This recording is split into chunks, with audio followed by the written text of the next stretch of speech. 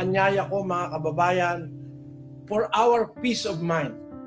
Ano man ang gagawin natin pagkagising sa umaga o bago matulog sa gabi, let us talk to our Creator.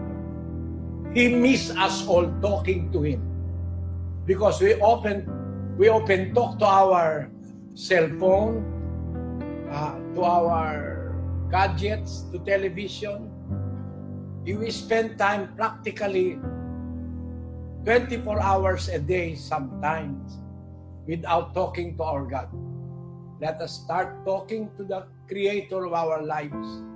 And maybe He will be delighted knowing that we did not totally forget Him. We have not forgotten Him totally. Meron pa ring mga tao na naniniwala sa Kanya, maasa sa Kanya. Ipakita natin mga kapatid. As Filipinos, tayo isang bansa whose God is the Lord. At makakita tayo ng milagro mula sa Diyos.